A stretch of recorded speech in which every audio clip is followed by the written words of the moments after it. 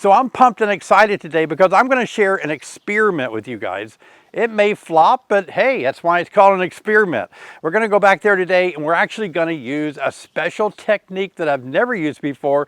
I just woke up at 3:30 in the morning and thought, wow, this might really work. And it may not. Hey everybody, David Burns, good to be with you today. I'm going to share some exciting news with you today. I got a special announcement, all this cool stuff going on. Hey, but I want to talk to you today about the right and wrong way to add a honey super.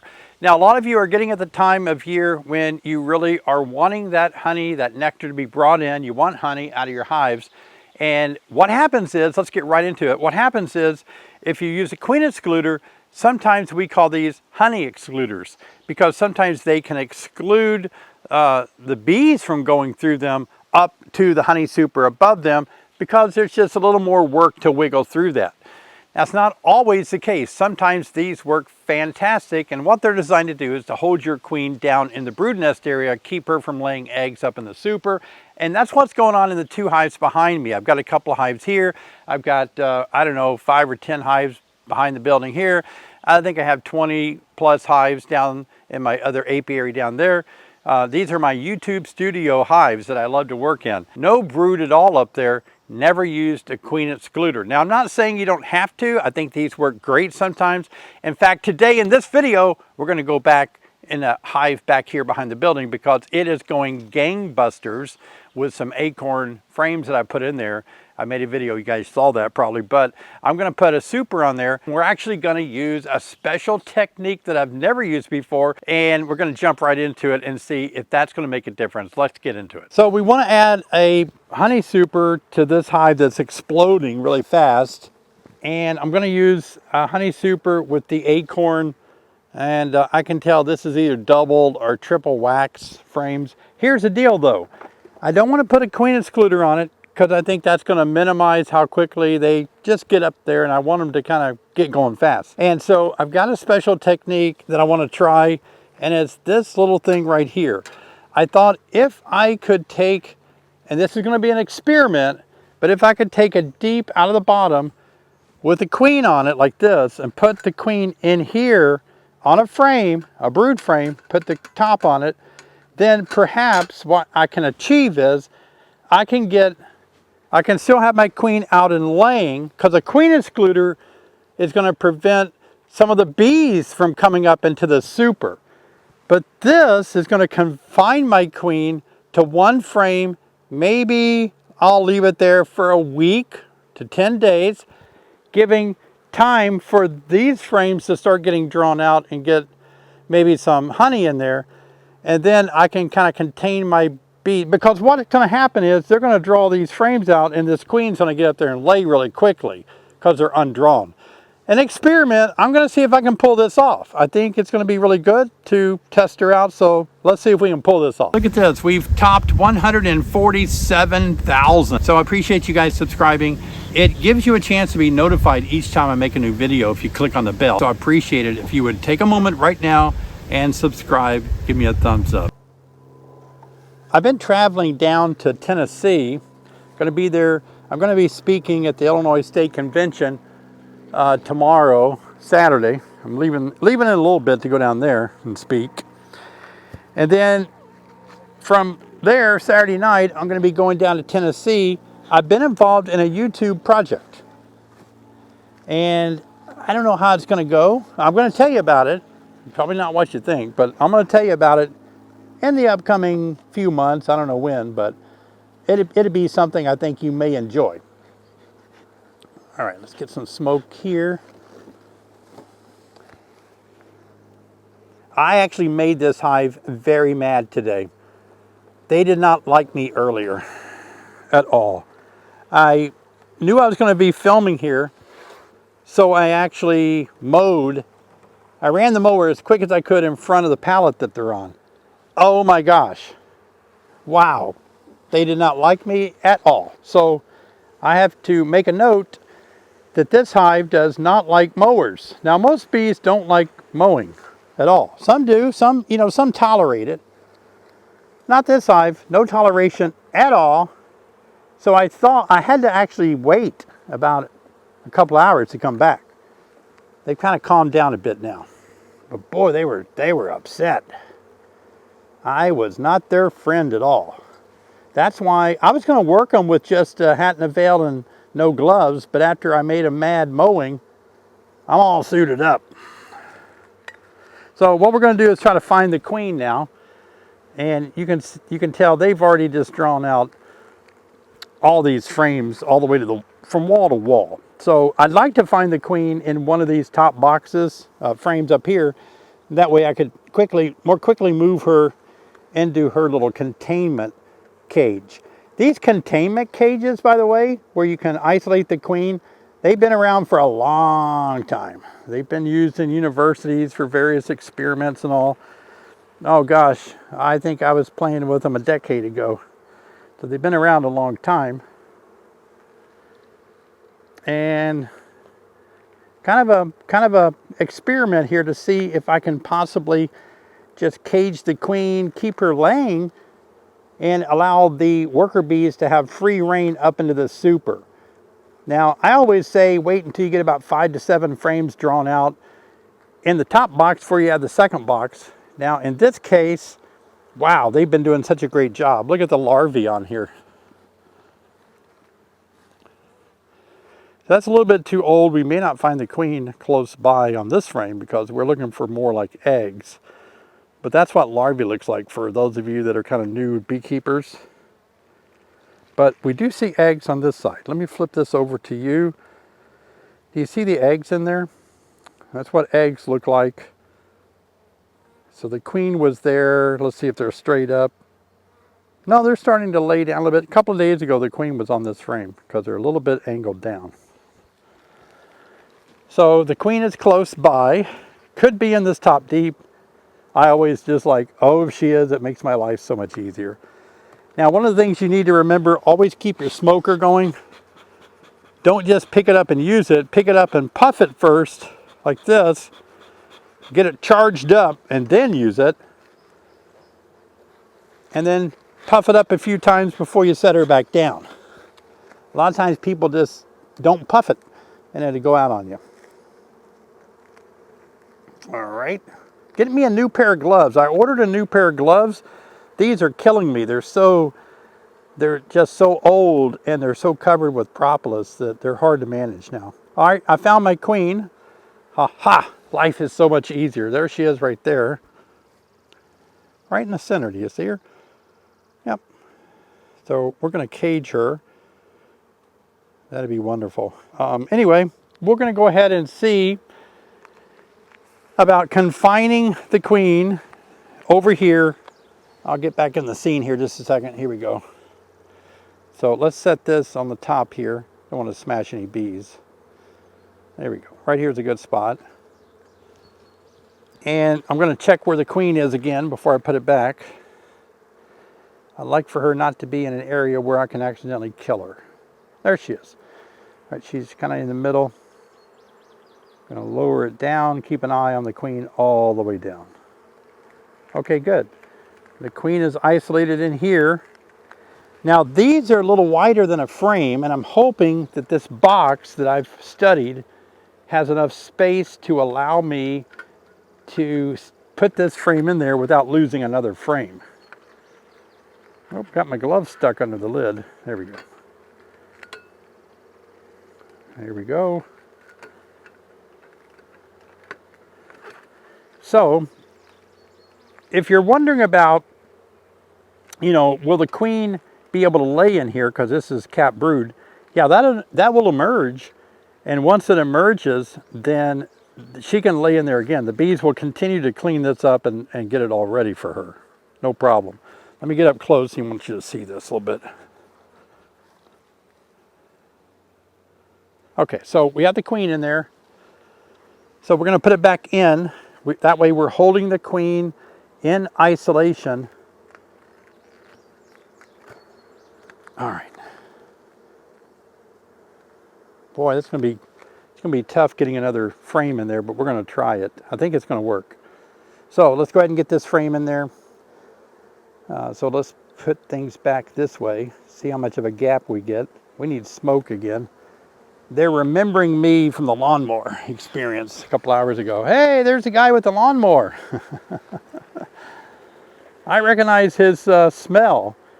Do you know that bees recognize your face? Yeah, I know sometimes we don't realize how a bee could recognize our face, but it's true. Research shows that bees can recognize you by your facial features. So if you're nice to bees, maybe they like, hey, it's a nice guy. If you do a bad inspection and you're mean to bees and you kill a bunch of bees, they're probably going to say, hey, it's the bad guy. So remember that. Bees can distinguish facial features. I think I can get that frame in there, but man, it ain't going to be, I don't know. Let me tighten her up a little bit more. Yep. All right. Shoot, a little tighter than I like it. It's marginally possible.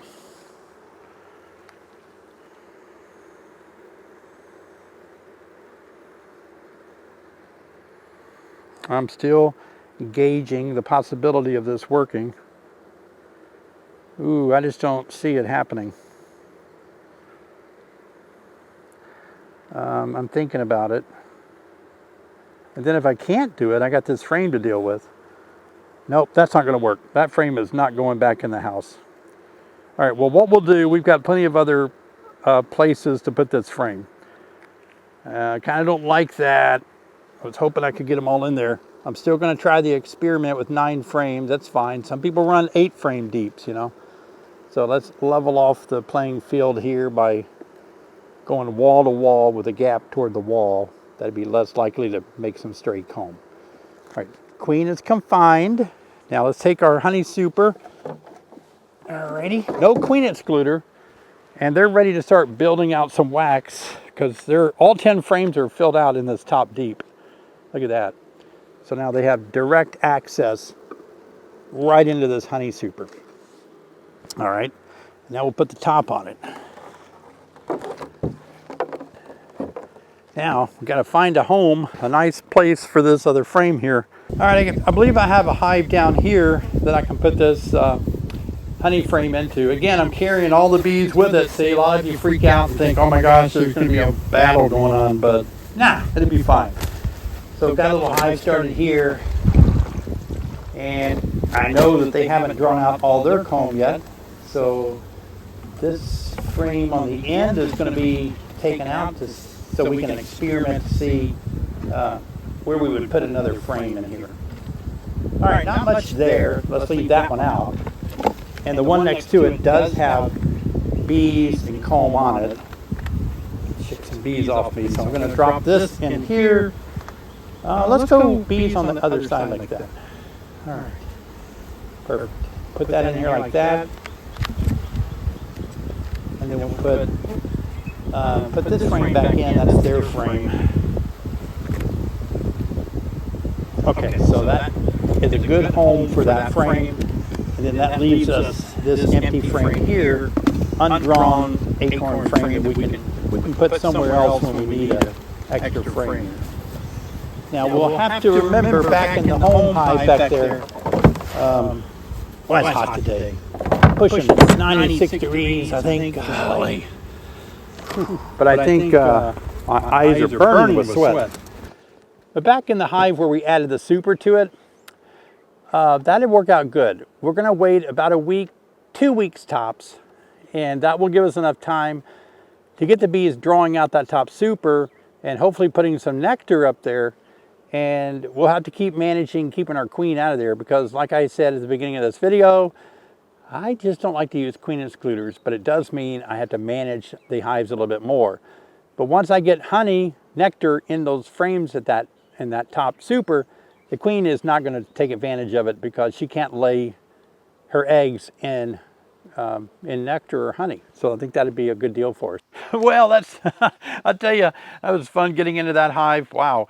And figuring out how we can get the most honey out of those new supers we've added. But I hope that's helpful. And today, right now, let's jump into coffee time.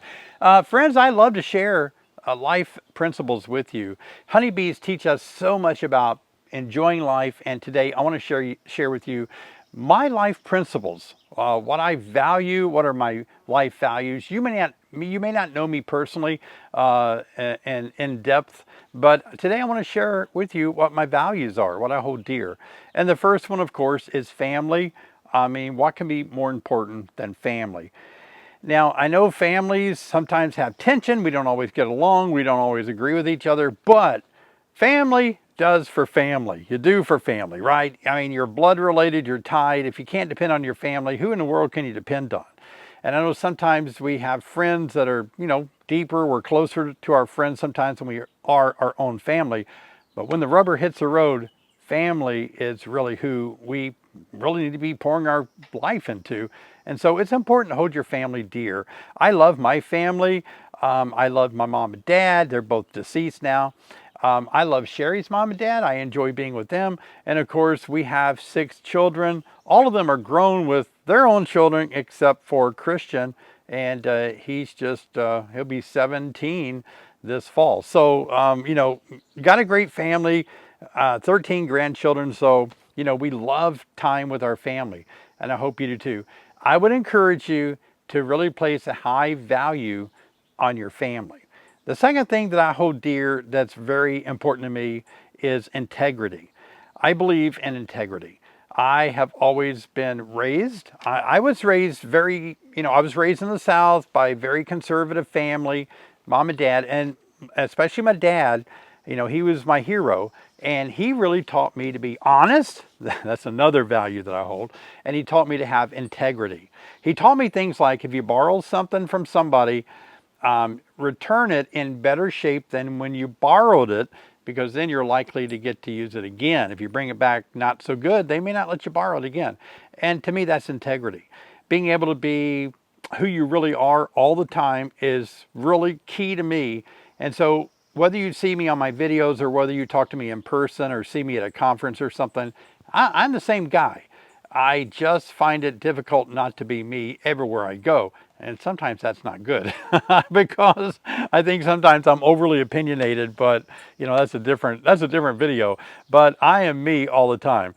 And my side of the family, the Burnses, we are kind of opinionated, and we are passionate about what we believe, and we're vocal.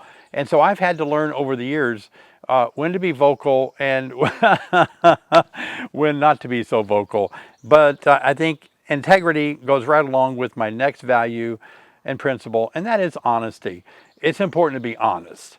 Now, I understand that in today's times, that's kind of not always the strongest feature that we see in a lot of people. People just don't have a lot of honesty sometimes.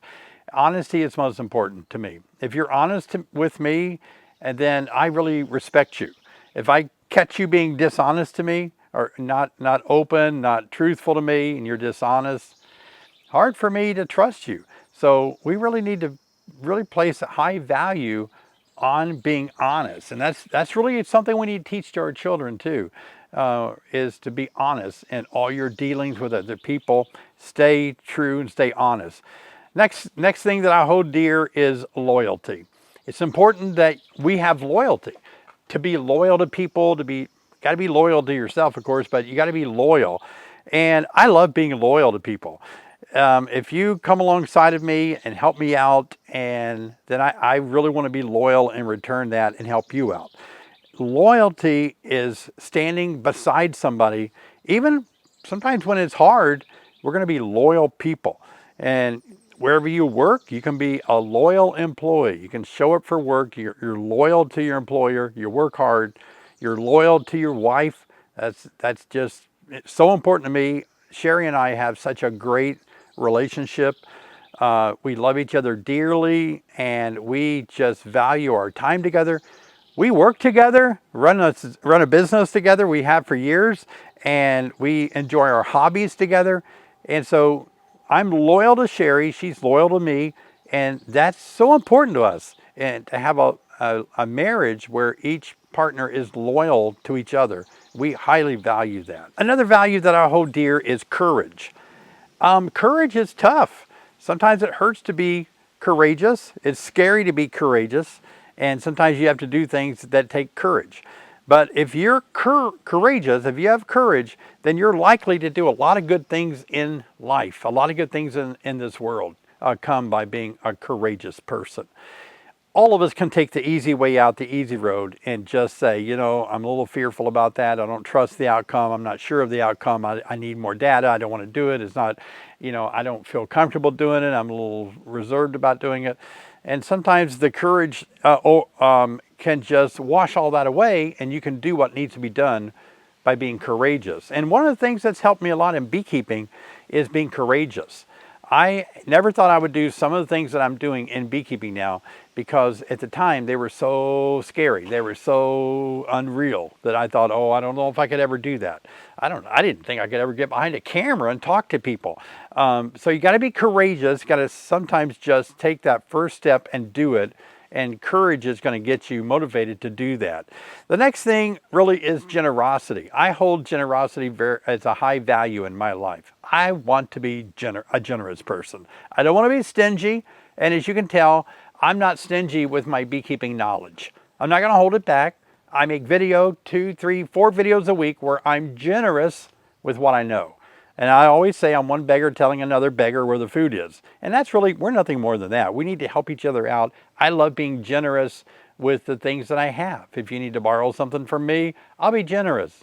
And so I think it's important to be generous. When we become stingy, it comes back to kind of bite us in the butt sometimes, because we don't have people being generous back toward us.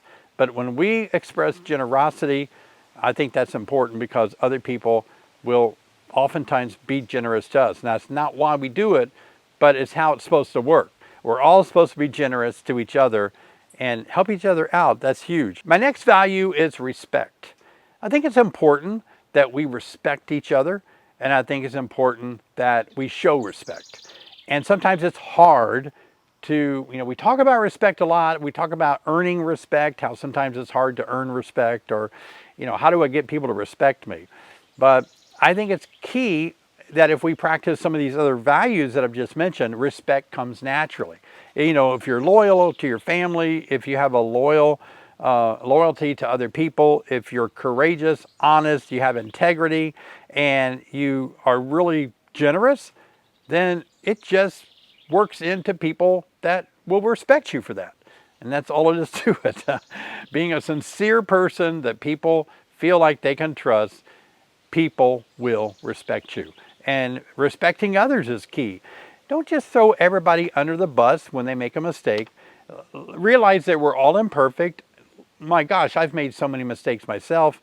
And so you just got to forgive. You got to let go of stuff, let people make their mistakes, because you make your mistakes, I make my mistakes. Nobody's perfect. I know sometimes we feel like we know more and everybody else is stupid. I hear people all the time saying, that guy's an idiot. Ah, that guy's so stupid. What an idiot, idiot, idiot. I would never call anybody an idiot. I don't think anybody is stupid either. I think we all are kind of made up of the same stuff, and we have the same ups and downs. We have the same moments when we're not our brightest. And there's times that we're darn sharp, right? We've got to cut each other slack, and that means that most people, we earn our respect, but most people we need to respect too. It goes both ways. Last thing I want to talk about is right up to the 4th of July, and that is freedom. You got to think about everybody, that we all want freedom. At the end of the day, no matter what you do, you want to be able to go home in freedom and enjoy the freedom of your home, the freedom of your house to do what you want to on your property, in your house. And we have lost so many people that have given their all so that we could have freedom. We need to realize the sacrifices that so many people have made and make continually to afford us the freedom to do what we want. And you really don't miss freedom until it's gone. And then I think we would be like, oh my gosh, there's nothing better than being free and have freedom. And that's why I love living where I do now. I've lived here over 20 years. You can see how big my front yard is. It's acres. And I don't own it, but that's what it looks like. It's just like, look how big my front yard is. Somebody takes care of it. But there's freedom for me in living here in the country, because I don't have government regulations on hives, how many hives I can have out in the country, stuff like that. I can do what I want to. And that's the freedom that we have. And it's really enjoyed. So freedom is a value that I try to give to other people. And let me explain that real quick. I think you have the freedom to do what you want to. And in beekeeping, a lot of times we get all kind of over, hey, you know, that's not how you do it. This guy on that YouTube channel said you don't do it that way, and you got to do it this way. And you're taking away people's freedom when you act that way, when you treat others that way. People should have the freedom in beekeeping to do things the way they want to. They really should. It may work for them. You don't know where they live, their temperature, their climate, their schedule, their money, their budget. It's all different. Their bees can be different. Their equipment could be different. We need to cut some slack and let beekeepers have freedom to do what they want to, right? I always say I don't own the corner of all beekeeping knowledge. And some of the things that I've said before, I don't hold to anymore because more scientific information revealed to me that I was not correct, that there's a better way, that statistic is not right, it's changed, whatever. And so we have to have freedom. We need to give other people the freedom to keep bees the way they want to. You want to be all natural, not use any chemicals, not do things that most beekeepers do? Hey, that's your freedom. And I'll respect you for doing that. If you've thought it out and that's your decision, then I think that's wonderful. I respect that. Now, if you haven't thought it out and you're just following somebody over there because they said it, even though they've not been successful, and now you can't be successful because you're trying something that's not working for you, but you're holding to it for no good reason, I may try to encourage you with my opinion to try something different. You know what I mean? Doing the same thing over and over, expecting different results, you know how that goes. But yeah, that can be tough. So to me, I'm going to just let you know that when it comes right down to it, I'm pretty much I'm open-minded. I love people. I love you guys for being a part of my channel. I got your back. I'm on your side. I'm on the same side as you are, even we may disagree. But when it comes down to it, I'm kind of a simple guy. I'm kind of a old-fashioned, old-school guy because I was raised by a strong dad that believed in these values that I told you about. And that's kind of how I was raised, and these are the values that I hold to. And that's within me. You know, I still like treating people good. I still like doing my best for other people, giving my all, helping and being generous and being respectful and being kind and all that. I'm old school, but I think that's what the world needs a big dose of. And I mean, you know, it doesn't do any good for us to get all drawing lines in the sand all the time, building fences and walls, keeping people out, not letting your neighbor talk to you, and ignoring people, not saying hi. Every time I go down my gravel road, I always give, if I pass a car, I give them a wave. I wave at them. I was brought up that way. But I wave at people that don't wave back, but look, I still wave. I want to say hello to somebody, you know. I walk into a room and there's somebody there, I'm going to say hi to them. I'm not going to ignore them. I was just raised that way. I'm old school. Call me weird or something, but I want to treat people like they're valuable, like they mean something to me, and I think that's important. So I thought I'd share coffee time today and just let you know, these are the values that make up David Burns. Am I perfect at it? No, I missed the mark. Hey, I'm not perfect. Sorry to disappoint you. I am taller than what I look like. I'm taller in person than what I look like on the camera because the camera's a little higher than I am. But if you meet me and stay with me and get to know me a little better, you'll realize that I'm not perfect. But I don't claim to be perfect, you know, that's the key. But I try to be the best that I can be, the best David Burns that I can be. And that's a challenge every day.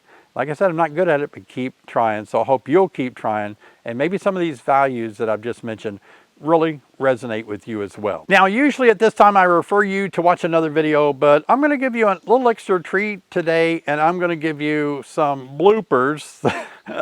Yeah, some bloopers, some mess ups that I've had.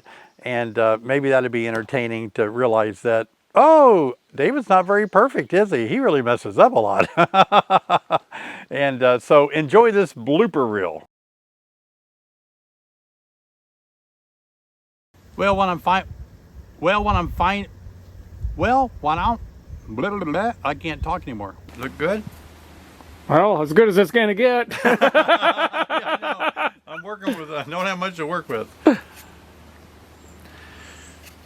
right. Now we're getting ready to open this hive up to see what the results of the experiment is, and just want to encourage you guys, take a moment, please subscribe so you'll be notified each time I make a new video. Now let's see how this result. No, let's do that over. So let's do 2 intros. How about that? I'll say the first, I'll do one intro on, it was time to replace the queen, so I pinched her and gave him a new queen, but the last time I checked, I didn't see a queen. Queenless. Gave him a mated queen on 5/21. Really? Mated queen, what's that, 2 weeks ago? I don't remember giving him a mated queen, but maybe I did, okay. I got stung and it itches. Need to be kept over. So I've got a hive in the back. Listen, you got to stay tuned for this. Okay, that's pretty good. We're going to do that over. And stick around all the way through this video because I've got a coffee. Be sure and stick around all the way through the video because I got coffee time coming up where I'm going to share my life values. Be sure and stick around through the whole video because I've got coffee time coming up where I love to share. Nope. Oh, now see, change. Things change. Probably got more sunlight on me. Yeah.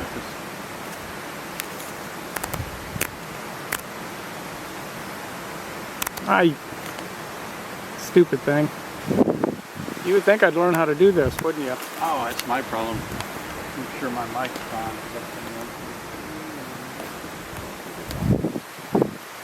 1, 2, 3, it is that. That's good. All right. Let me know when you're ready. Okay, we're good. Okay. Dang. Is that honey or capped over brood? That's brood. Looks like honey. Does it?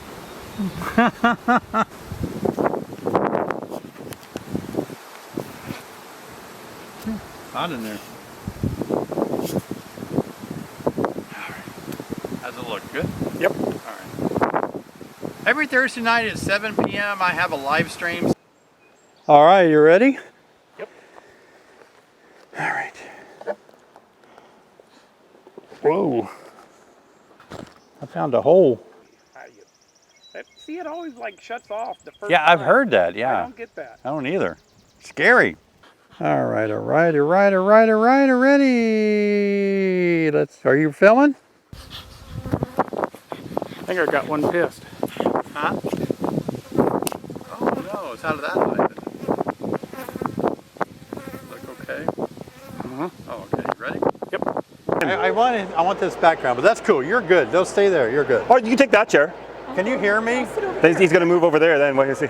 Probably. Oh, the meter's jumping. Okay. Let him talk. See if the needles move when he talks. Does the needle move when I talk? The needles are moving. Does Okay. the needle move when I talk? Don't push any buttons. Watch that finger. Don't push any buttons. Seems good. It's recording, so it's testing window. Okay, here we go. Okay, come on in. Over here again.